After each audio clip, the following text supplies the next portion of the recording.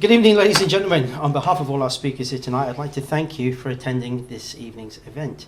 For those that don't know me, and as Rick has already said, my name is John Stronnar, and I'm delighted to be here today to discuss cybersecurity. Now, before we get going, I want to assure you that this is not going to be one of those presentations where some IT bloke stands in front of you and harps on about password changes, keeping your machine up to date, good antivirus control, and basically kills off your will to live with some PowerPoint presentation. That said, I would point out I've been in this industry for 35 years, since 1985, and I can definitely confirm that one or two changes have taken place in that time. We also want this to be an informative session, so afterwards there's a little bit of Q&A after everyone has spoken. And if I use a term or expression during my presentation, please make a note of it and feel free to ask me at the end.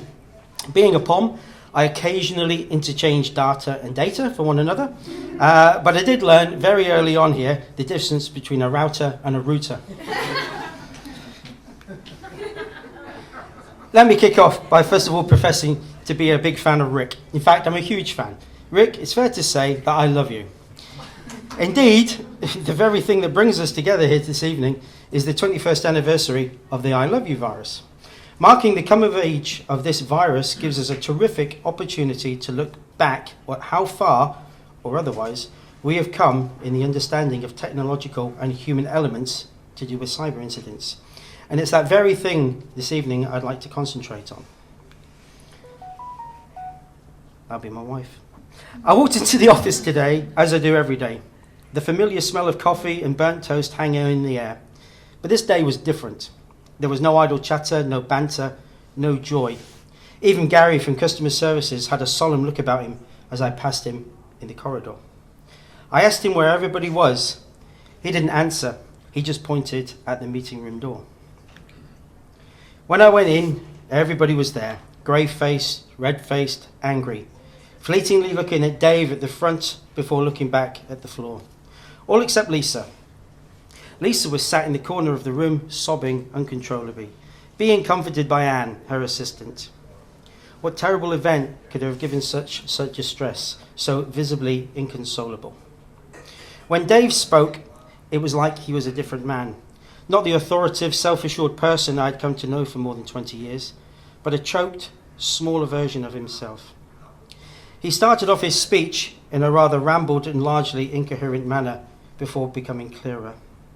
The company had been hit by a ransomware attack last night, and it had all its data encrypted.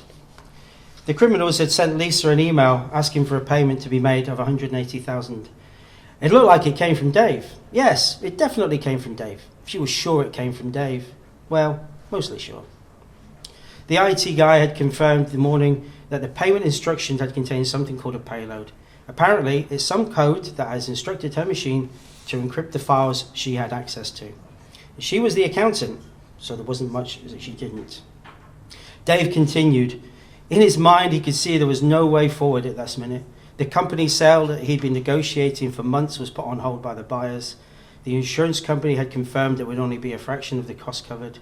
If only I had taken specialist cover, repeating in Dave's head over and over. To make the situation work, the backup drive had also been encrypted, and poor old Lisa had not swapped the disks over in months, only adding to her fear of despair. It's all my fault, she would occasionally wail, to nobody in particular. The story is not a work of fiction. These events took place at a company that I was asked to assist about 4 years ago. Dave, the owner, is still there now, but his retirement plans have long since been kicked into the long grass. Most of the senior staff are gone now, or are new. Lisa left that day and never returned to the business. She works in a hardware store now, and she never got the courage to get back into accounts. The company is about half the size it was back then, and more transactional, less fun, more distrusting of everything and everyone. A single computer now sits in customer service. It is the only machine that has access to the internet and email. Everyone has to print everything they receive. The company has jumped back about 20 years in technology terms, and the productivity is very poor. There is very little prospect of a sale, and Dave has had to put most of his savings back into the company just to keep it going. He's a bitter and frail shadow of the man that once stood tall at the helm of this successful business. The IT company they also use is gone. Their two largest customers left them after the incident, and they decided to fold when Dave threatened legal action against them. When we measure the cost of a cyber attack, there's a tendency to focus on loss of profits, payments made to extortion gangs, and the cost of cleaning up.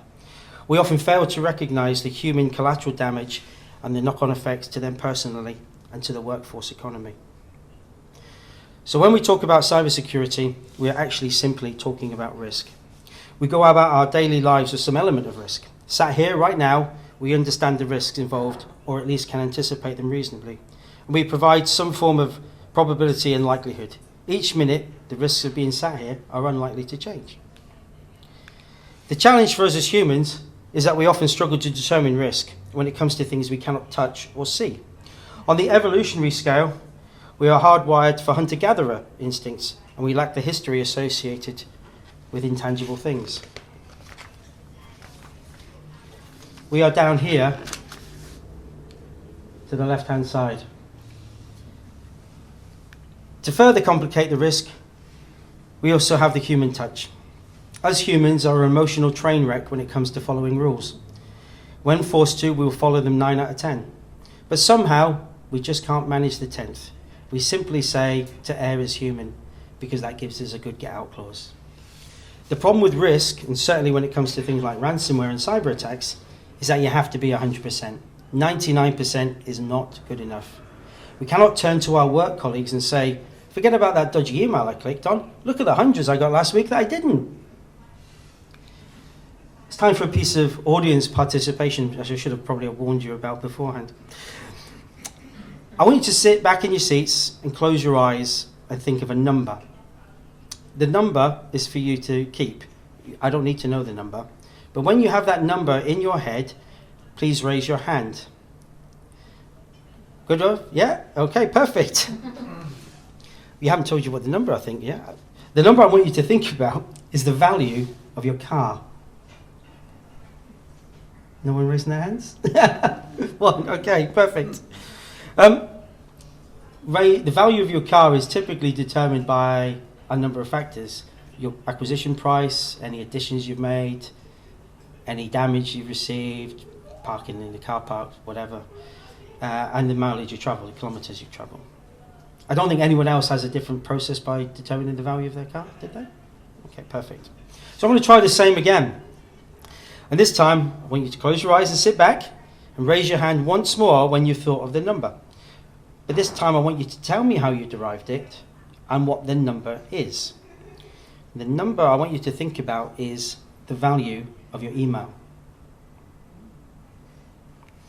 We can see by the lack of hands in the air that it's a lot harder to define. If things are intangible, it's really difficult. How did you determine it? Do you determine it using your competitor? Is your competitor likely to pay for it? What's the criminal extorting it? And the IT costs associated with it. I did get one answer in all the presentations I've performed when I've asked this question. And one young lady put her hand up. She's a sole trader, and she says $13,500. It's pretty precise. So I pursued the question, and it turned out that only the week before the presentation, she had had her email encrypted and ransomware, and she'd paid her IT company $13,500 to get it back. I offered her a check, and she refused it because the true value to her was much, much more. We've spent millennia valuing our physical possessions, but we've only recently started to rely on place value on the possessions of a more virtual nature. Attracting a value to them is an imprecise process that requires expert assistance. There is no right answer, and as humans, we find that challenging. So right at the start, I told you I loved Rick very much, and you might recall that. Well, the reason I told you that is because obviously I do. And it's also a great introduction to a history lesson of one of the best viruses that we were ever to hit in the wild. The love bug, or love you virus, is a fantastic insight as to how we work as humans. Even today, if I were to send you an email with the subject line of I love you, the chances are a good number of you are likely to open it. If you don't believe me, go back to your office in the morning and email everyone. Put I love you in the subject line And then in the message, tell them you're going out for drinks on Friday and to reply to you if they want to come.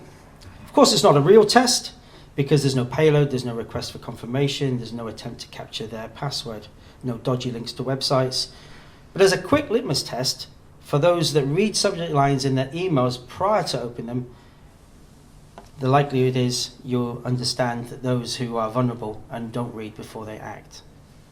The love bug is just a terrific example of how vulnerability in software can be exploited by understanding and subverting human emotions. This is why more than 70% of all the worldwide cyber incidents are simply put down to social engineering, or more specifically, manipulating people. We need to get better at the human firewall.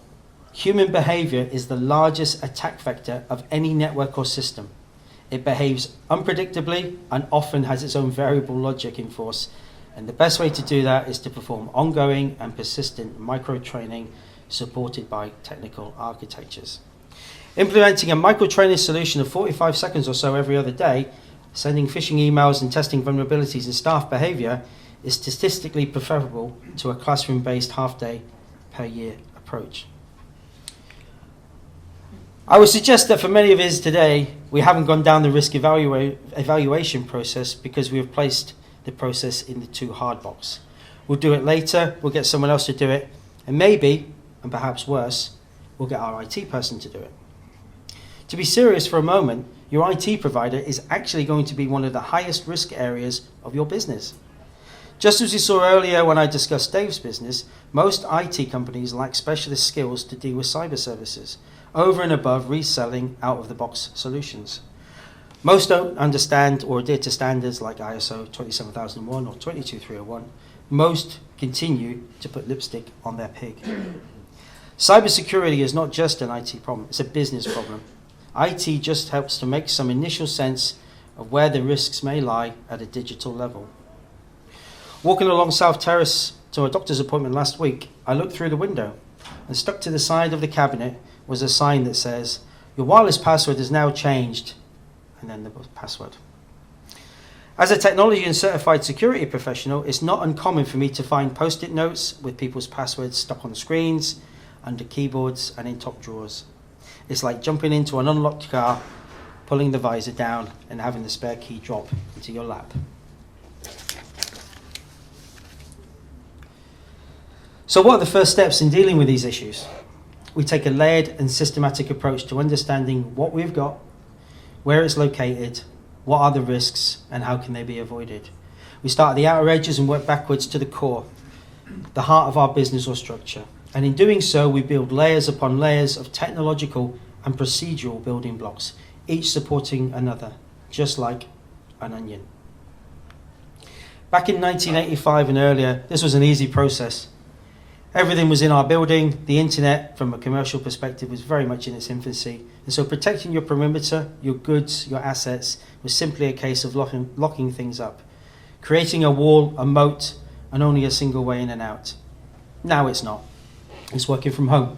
It's cloud-based services, it's OneDrive, Gmail, Box, Xero, HubSpot, and a myriad of things in between. It's email exchange, it's websites, and it's even possible, it's overseas personnel. So we understand what's at stake.